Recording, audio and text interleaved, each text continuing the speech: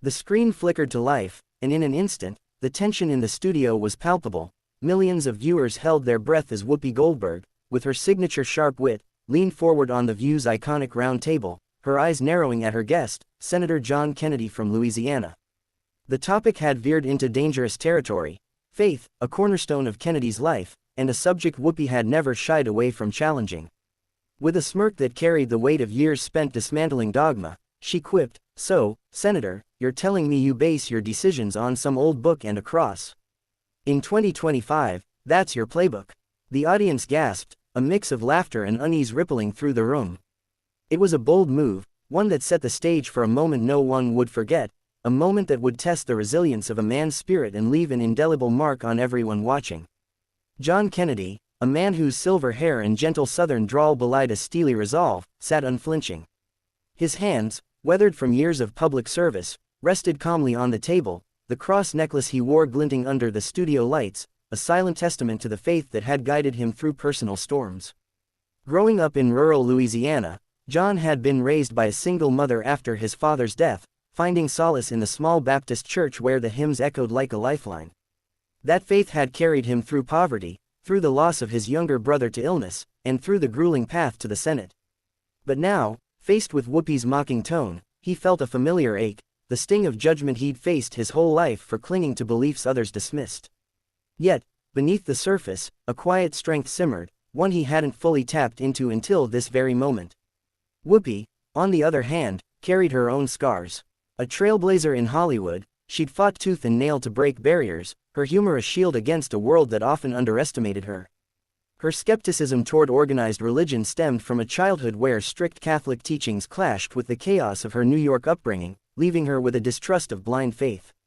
As she pressed Kennedy, her voice rose with passion: "Faith's fine for comfort, but it's holding us back. Science, reason, that's where we need to be." The co-hosts chimed in, some nodding, others shifting uncomfortably, as the segment teetered on the edge of controversy. For John, this wasn't just a debate, it was a personal assault on the values that had kept him grounded when his world fell apart. He thought of his mother's tear-streaked face as she prayed over his brother's bedside, a memory that fueled his resolve. The challenge deepened as the discussion spiraled. Whoopi brought up policy decisions, climate change, healthcare, arguing that Kennedy's faith clouded his judgment, citing his resistance to certain progressive bills. "You're letting a fairy tale dictate lives," she exclaimed, her finger pointing accusingly.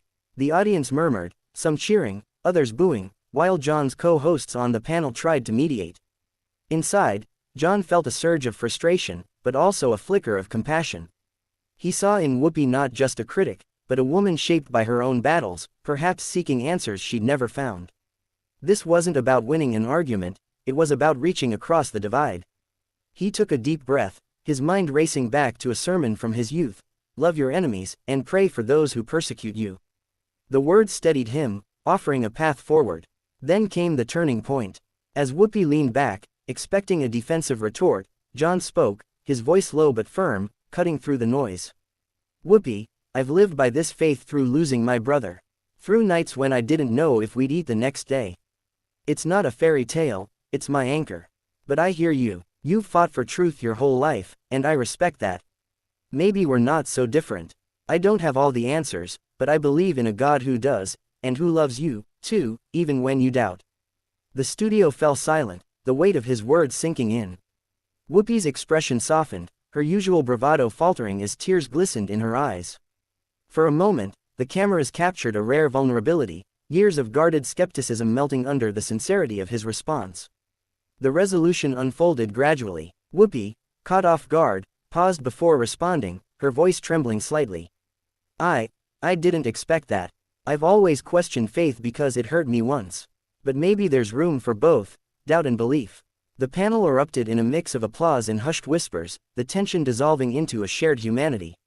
In the days that followed, the clip went viral, sparking debates across social media and news outlets. John reached out to Whoopi privately, inviting her to visit his hometown church, not to convert her, but to show her the community that had shaped him. She accepted, and their meeting, broadcast later as a special segment, became a bridge between two worlds. They laughed over sweet tea, shared stories of loss, and found common ground in their pursuit of justice, however differently defined. The story reached its emotional climax when, months later, Whoopi appeared on The View again, this time with John by her side.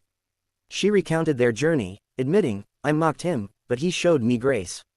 Faith might not be my language, but love is, and that's what I felt." John nodded, adding, "We don't have to agree on everything to care for each other." The audience rose in a standing ovation, a testament to the power of vulnerability and understanding. The episode ended with a call to action, a charity event they co-hosted, raising funds for struggling families, blending Whoopi's advocacy with John's faith-based outreach. It was a testament to their growth, a resolution born from conflict.